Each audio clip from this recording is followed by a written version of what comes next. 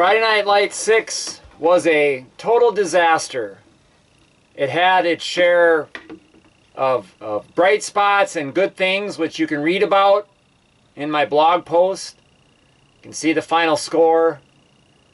The stat sheet actually wasn't quite so, well, it was a little bit lopsided, but the Jags did total over 200 yards of offense. They battled, start to finish. We had a lot working against us. We've gone 9 days now, 9 days of grief, 9 days of things that no community would ever ask for, no community would ever deserve. Things in the universe just worked against us. And we got to fight through it. We've played 2 football games in the wake of this. I don't think that it had a massive effect. Well, it maybe did, but at homecoming, but it could have been just homecoming. It maybe even wasn't the death in our community. We had a lot of penalties in that second half, and we did some things at homecoming in that football game that worked against us. And you know, you can't, you don't want to make, you really don't want to ever make excuses in sports. I've always believed that. I respect coaches that don't make excuses for losses when the blame can just squarely go back to yourself for things that you did that didn't contribute towards winning a football game. And I don't think anyone would say after watching tonight's game that we didn't deserve to win. And you know what? You never deserve to win. You have to earn a win. That's the way it is. You don't just deserve to get a job. Now, some people, because of nepotism and things like that, maybe they're handing things, but you know, I don't want to see that. I'm not an advocate for that. I don't think a lot of people in my community are either. We're not an advocate for that. We're an advocate for going out and earning things, earning what you get in life. That's what we teach our kids. But we had a lot working against us. And people that were there and people that have seen what's going on, things were working against us. Players weren't really lined up. And quite honestly, it was mental. And I think everyone can recognize that. And we can't get down on ourselves. We can't get down on our kids.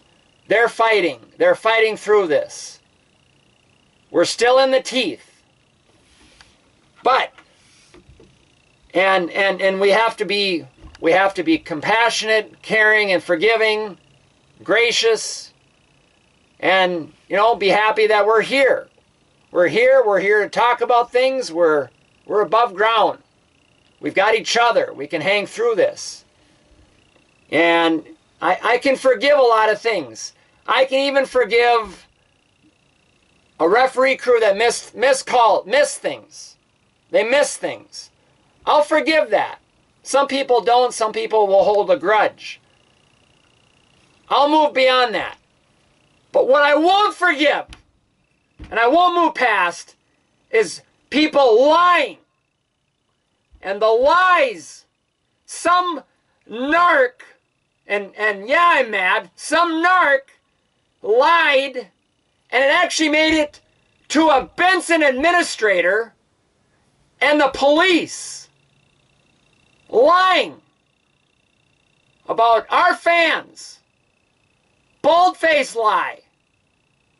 Am I mad? Yes, I'm mad. Bold-faced lie.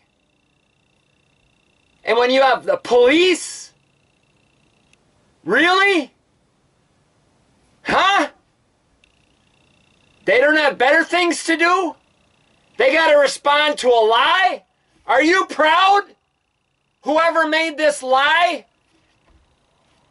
F-bombs pointed at the refs? That's a lie. And I will stand here, God is my witness. That was a lie. And you make the police respond to our fans? To a lie? You lied to the police. It was a lie. Why? Are you proud? I hope you are. Because that is wrong. And I will not forgive. So, what do? We got to fight out of this because we're still in the teeth of it. We advocate for our kids. That's what our coaching staff was doing. It's what our fans were doing. It's what I'm doing. We're trying to fight out of the teeth of this. We don't need some pissant going with a lie. We don't need that. So I hope you're proud. Whoever it was. It's not right. We don't need that. We got a lot going on here. We're going to keep fighting out of this. We need a good week next week. We got to hang together. We'll get through it.